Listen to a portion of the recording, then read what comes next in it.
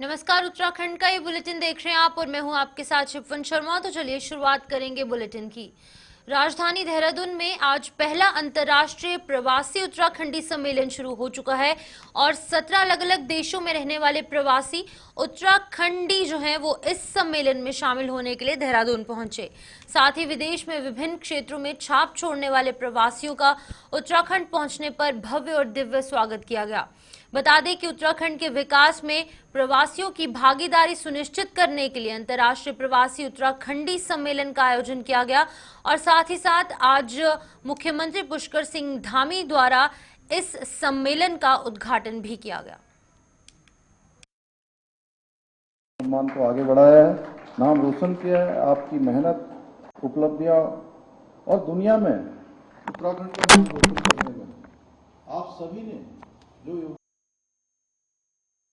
आया है, निश्चित रूप से आपकी इस मेहनत से, आपकी लगन से आपने जो पहचान बनाई, आपने जो विशिष्टता प्राप्त की, आपने जो अनुभव प्राप्त किया, वो हमारे लिए भी प्रेरणादायक है। आप सभी के अनुभव न केवल हमारी सरकार के लिए बल्कि प्रत्येक उत्तराखंडी के लिए एक पाठे का काम करेंगे, एक मार्गदर्शन का काम करेंगे। इस सम्मेलन के माध्यम से हम विकसित एवं आत्मनिर्भर उत्तराखंड बनाने की हमारी यात्रा में आप सभी के सहयोग के आकांक्षी हैं। क्योंकि मैं जब देश के विभिन्न स्थानों पर गया और दुनिया के भी कुछ स्थानों पर गया तो वहां पर लोगों ने अपने बहुत अच्छे अच्छे सुझाव हमारे सामने दिए, बहुत सारे उनके विचार हमारे सामने आए। तो हमारे मन में आया कि क्यों ना एक दिन पूरे वर्ष में आप सब लोगों का एक सम्मेलन आयोजित किया जाए। पहले हमने देश भर के रहने वाले लोगों का आयोजन किया, उसके बाद हम पिछले साल से जब से आपसे संपर्क कर रहे थे तब से हम सोच रहे थे कि आप सब लोगों को भी जरूर यहाँ बुलाएं। लेकिन हम ये सोच रहे थे कि भाई वो समय कौन सा ठीक होगा जिसमें आपको भी असुविधा न हो, आपकी सुविधा भी बन जाए। तो हमारे देश के प्रधानमंत्री जी लगातार अंतर्राष्ट्रीय भारतीय सम्मेलन करते हैं। इस बार उड़ीसा में हो रहा था, तो हमने कहा कि उस सम्मेलन में अधिकांश लोग आएंगे और उसके आसपास ही हम सम्मेलन की तिथि रखें। उसी के लिहाज से हमने ये सम्मेलन आयोजित किया और निश्चित रूप से मुझे लगता है कि जैसे अभी हमारी मुख्य सचिव यहाँ से बता रही थी आप सब लोगों को कि बहुत सारे लोग आज जो हमने अपेक्षा की है, जो हमारी आकांक्षा है राज्य को आगे बढ़ाने में, आपके विचार, आपका अनुभव, वो हमको मिलना प्रारंभ हो गया है। क्योंकि भाइयों बहनों, उत्तराखंड की संस्कृति अपने आप में विशिष्ट है। हमारे यहाँ के लोगों की भाषा, व्यवहार में एक अलग ही अपनत्व की भावना होती है जो हम सभी लोगों को एक दूसरे से जोड़कर रखती है। चाहे हम दुनिया में कहीं भी रहते हैं तो निश्चित रूप से हम अलग रूप से सीधे, सच्चे, परिश्रम करने वाले, मेहनती लोगों के रूप में हमारी एक पहचान होती है और हर एक व्यक्ति हम लोगों पर भरोसा भी करता है कि अच्छे भी होंगे, सच्चे भी होंगे और ईमानदार भी होंगे और काम के भी पक्के होंगे और कमिटमेंट के भी पक्के होंगे। जब पहाड़ का कोई व्यक्ति किसी दूसरे देश में बसता है तो वो अकेले नहीं बसता है, बल्कि अपने साथ यहाँ की संस्कृति, भाषा, खान पान और अपनेपन की भावना को लेकर वहाँ जाता है और सबको सहेजने का काम करता है। पिछले 3 वर्षों में मैंने विभिन्न स्थानों पर जाकर इसका अनुभव किया है। मैंने उस दौरान जहाँ भी मैं देश में गया, मैंने सबका अपनापन देखा, उनकी सरलता देखी और ये महसूस किया कि भले ही वो लोग उत्तराखंड से दूर हैं लेकिन वो अपनी मिट्टी से जुड़े हुए हैं, उनके भीतर उत्तराखंड बसा हुआ है। और मैं ये कहना भी चाहता हूँ आप सबसे कि मिट्टी होती है जो सबको पैदा करती है, सबको अवसर देती है उगने का, खिलने का, बढ़ने का, और जो अपनी मिट्टी से कट जाता है, यानी मिट्टी से थोड़ा दूर चला जाता है, तो कहीं ना कहीं वो कमज़ोर हो जाता है। इसलिए हमने ये सम्मेलन आयोजित किया है कि इस दिशा में सबको कहीं ना कहीं एक भाव देने का काम करेगा और इसी भावना से आप में से कई प्रवासी उत्तराखंडी भाई बहन अपने गाँवों को गोद लेकर आज समर्पित होकर कार्य कर रहे हैं।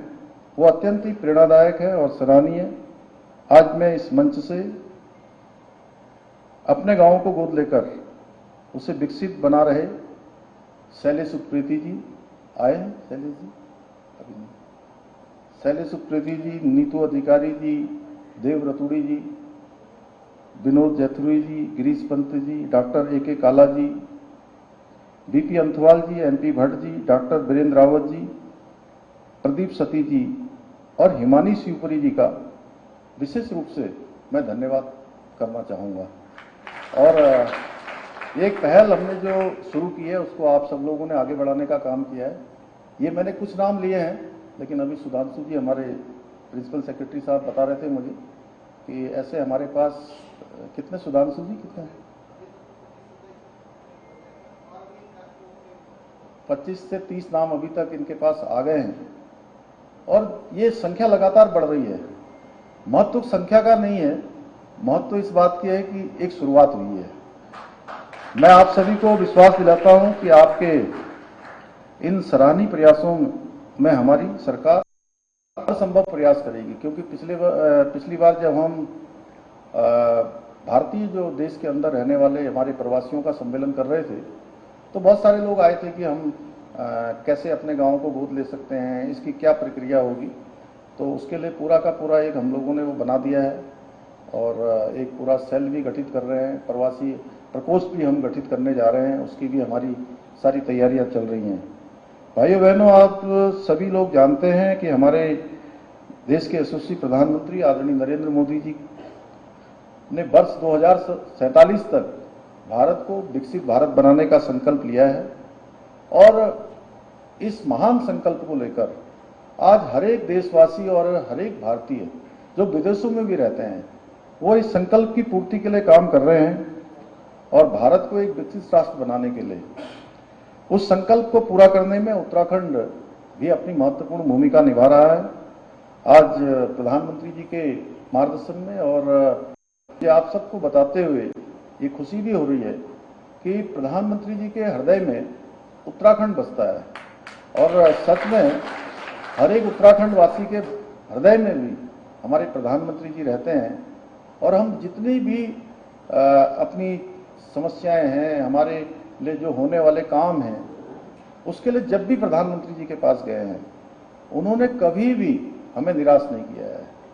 उसका परिणाम है कि आज हर क्षेत्र में उत्तराखंड तेजी से प्रगति कर रहा है। चाहे आप रेलवे का क्षेत्र लीजिए, आज चाहे हवाई कनेक्टिविटी का क्षेत्र लीजिए, सड़कों का क्षेत्र लीजिए। आप बहुत सारे लोग हो सकता है डायरेक्ट देहरादून ना आए हों आप में से, अगर दिल्ली से बाई रोड भी आए होंगे तो आने वाले समय में जो एक्सप्रेस वे यहाँ बन रहा है और कुछ ही महीनों में उसका काम पूरा हो जाएगा तो दिल्ली से देहरादून की दूरी मात्र 2.5 घंटे में पूरी हो जाएगी। आप समझिए, ऐसे ही पूरा यहाँ से लेकर चाहे चार धाम ऑल वेदर रोडें हों, चाहे हमारा आदि कैलाश तक जाने वाला मार्ग हो, सारा मार्ग तेजी से बन रहा है। पूरे कुमाऊं, गढ़वाल, मैदान, पहाड़, इसकी कनेक्टिविटी को जोड़ने का काम हो। आज हमारे राज्य में हमारा राज्य 13 जिलों का राज्य है प्रशासनिक व्यवस्था के आधार पर। 13 जिलों के राज्य में एक ऋषिकेश में चल रहा है और दूसरा एम्स हमारा यहीं उधम सिंह नगर में तेजी से बन रहा है। एम्स का सैटेलाइट सेंटर, एम्स की सारी सुविधाएं उसमें हैं। तो इस प्रकार से बहुत सारे काम जो वर्षों से रुके हुए थे। ऋषिकेश कर्णप्रयाग रेल लाइन में कल ही वहां गया था देखने के लिए, तेजी से काम चल रहा है। 125 किलोमीटर की रेल लाइन, जिसमें से 104 किलोमीटर केवल सुरंग पर जा रही है। भारत की पहली रेल है जो इतने पहाड़ों के बीच में से गुजर के अपना मार्ग प्रशस्त करेगी। और जब किसी समय लोगों का सपना हुआ करता था कि हम, बहुत सारे लोगों को मैं खुद जानता हूं जिन्होंने पूरी जिंदगी भर कभी उन्होंने रेल सामने से नहीं देखी। आप सोचिए कि यहाँ हमारे यहाँ पर एक जगह है देवाल, एक ब्लॉक है देवाल चमोली में, और उसी में एक गांव है घेस, जो देश का अंतिम गांव कहा जाता है। जहां कहते हैं जहां हुआ शुरू घेस वहीं खत्म हुआ देश।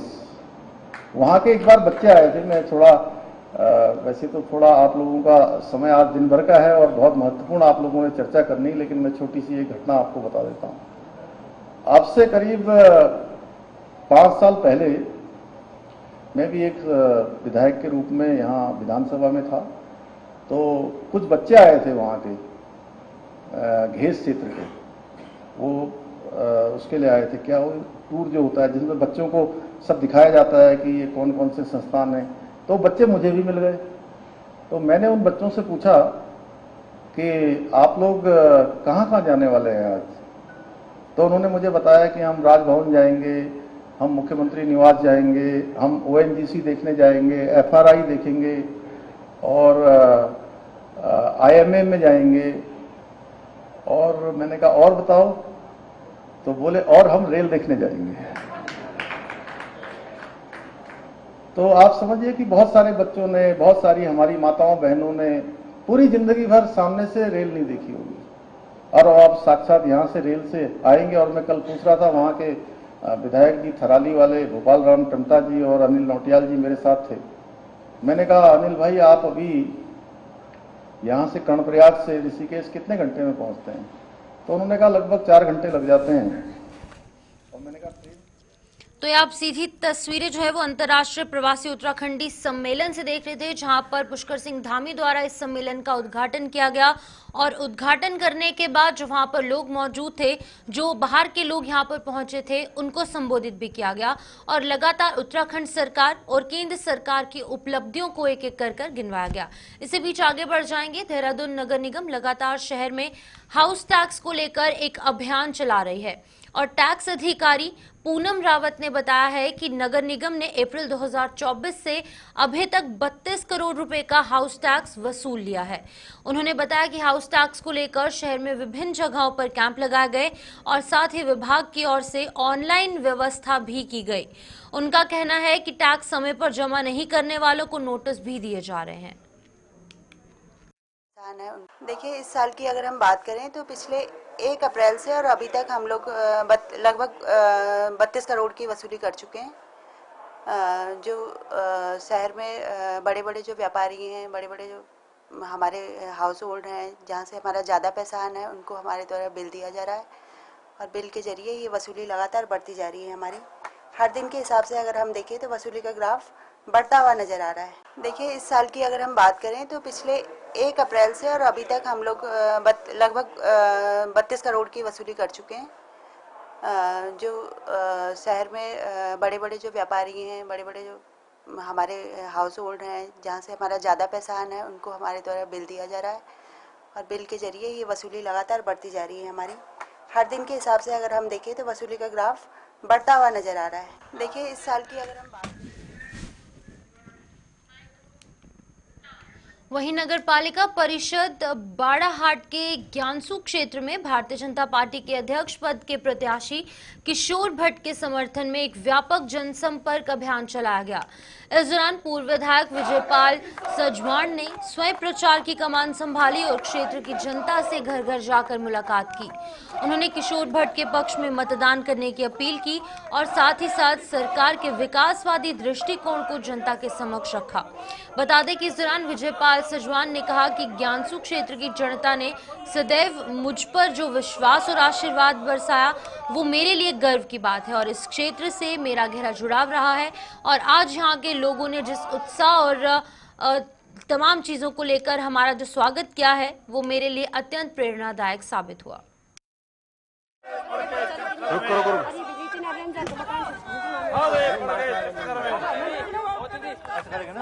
मेहनत करते हैं, आपका आशीर्वाद, आपका सहयोग चाहिए।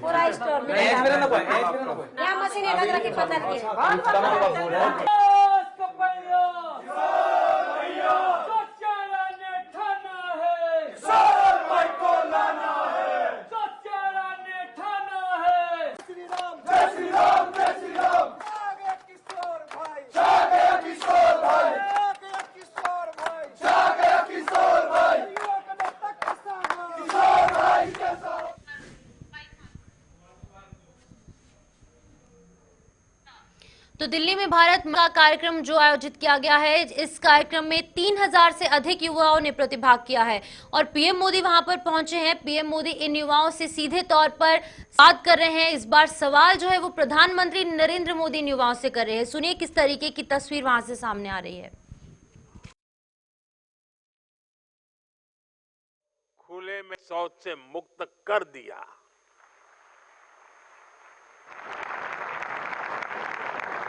भारत ने हर परिवार को बैंक अकाउंट से जोड़ने का लक्ष्य। आज भारत का करीब करीब हर परिवार बैंकिंग सेवा से जुड़ चुका है। भारत ने गरीब महिलाओं की रसोई को धुएं से मुक्त करने का संकल्प लिया। हमने 10 करोड़ से अधिक गैस कनेक्शन देकर इस संकल्प को भी सिद्ध किया। आज कितने ही सेक्टर्स में भारत अपने लक्ष्यों को तय समय से भी पहले हासिल करके दिखा रहा है। आपको कोरोना का समय याद होगा। दुनिया वैक्सीन के लिए परेशान थी। कहा जा रहा था कि कोरोना की वैक्सीन बनाने में बरसों जाएंगे, लेकिन भारत के वैज्ञानिकों ने समय से पहले वैक्सीन बनाकर दिखा दी। कुछ लोग कहते थे भारत में सबको कोरोना वैक्सीन लगने में पता नहीं 3 साल, 4 साल, 5 साल लग जाएंगे, लेकिन हमें दुनिया का सबसे बड़ा वैक्सीनेशन अभियान चलाया और रिकॉर्ड समय में सबको वैक्सीन लगाकर दिखा दिया। आज दुनिया भी भारत की ये गति देख रहा है। हमने ग्रीन एनर्जी को लेकर G20 में एक बड़ा कमिटमेंट किया था। भारत दुनिया का पहला ऐसा देश बना जिसने पेरिस कमिटमेंट को पूरा किया, और वो भी तय समय से कितने साल पहले? 9 साल पहले।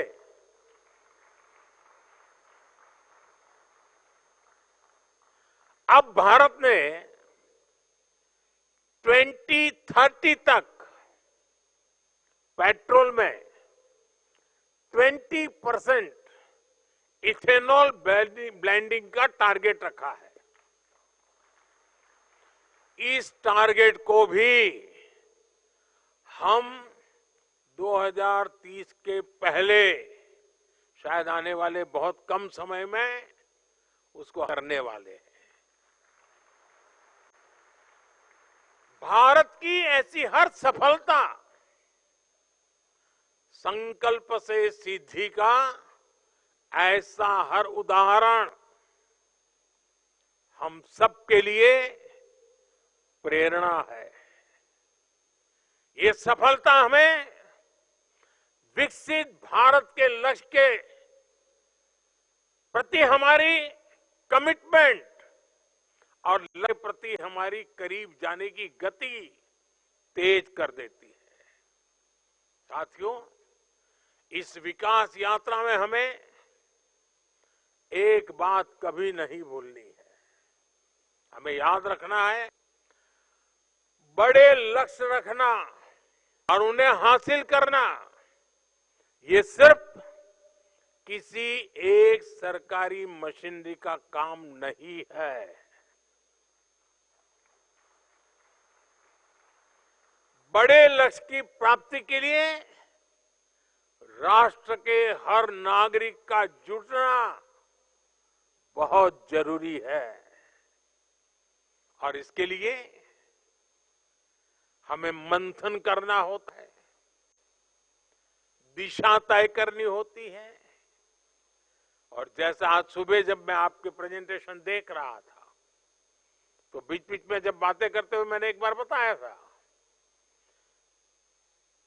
कि जितने लाखों लोग इस पूरी प्रक्रिया में जुड़े हैं, मतलब विकसित भारत की ओनरशिप ये मोदी की नहीं, आपकी भी बन गई है।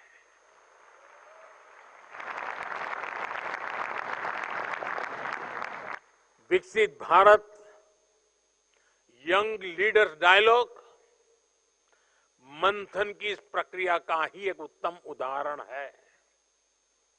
ये ऐसा प्रयास है जिसे आप नौजवानों ने नेतृत्व दिया है। जिन युवाओं ने क्विज कंपटीशन में हिस्सा लिया, जिन्होंने ऐसे कंपटीशन में हिस्सा लिया,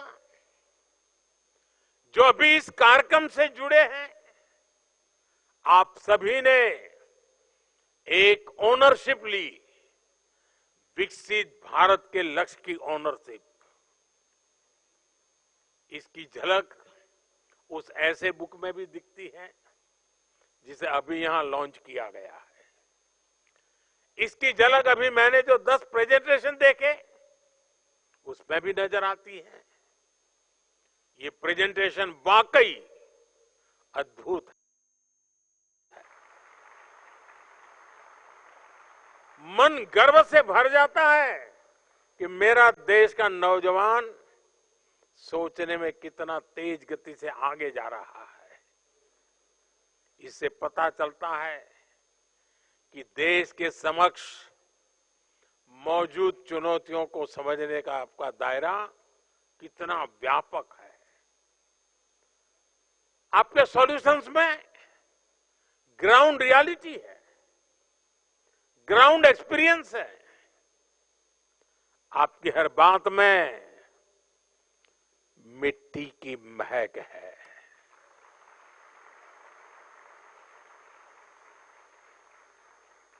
भारत के युवा एसी के बंद कमरों में बैठकर नहीं सोच रहे। भारत के युवा की सोच का विस्तार आसमान से भी ऊंचा है।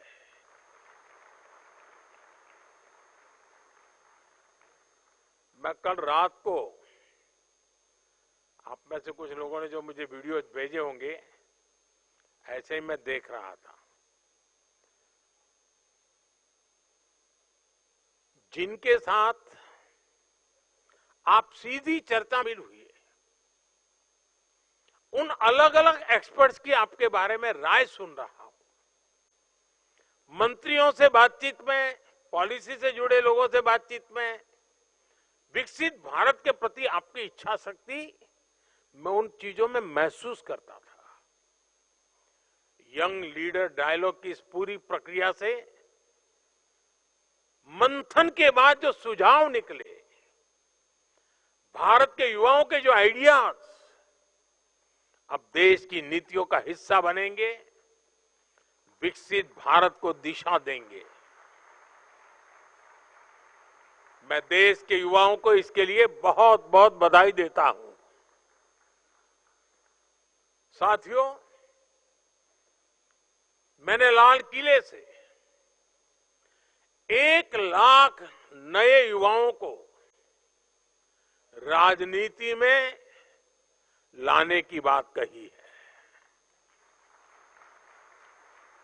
अपने सुझावों को लागू करने के लिए राजनीति भी बहुत शानदार माध्यम हो सकती है।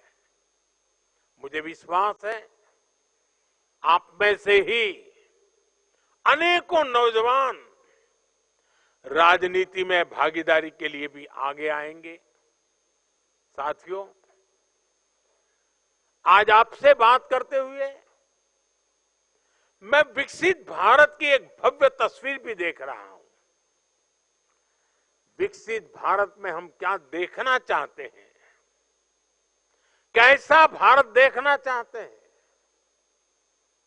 विकसित भारत यानी जो आर्थिक, सामरिक, सामाजिक और सांस्कृतिक रूप से सशक्त होगा।